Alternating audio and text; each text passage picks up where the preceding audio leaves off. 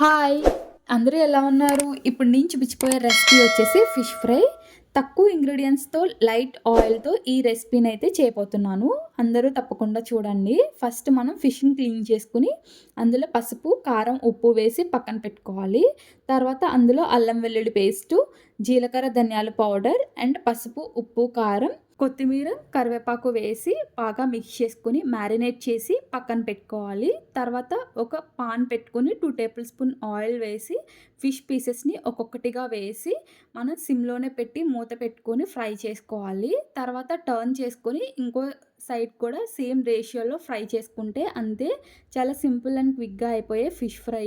అందరూ తప్పకుండా ట్రై చేయండి. ఇది రసంలోకైనా లేకపోతే చేపల పులుసులోకైనా చాలా టేస్టీగా ఉంటుంది.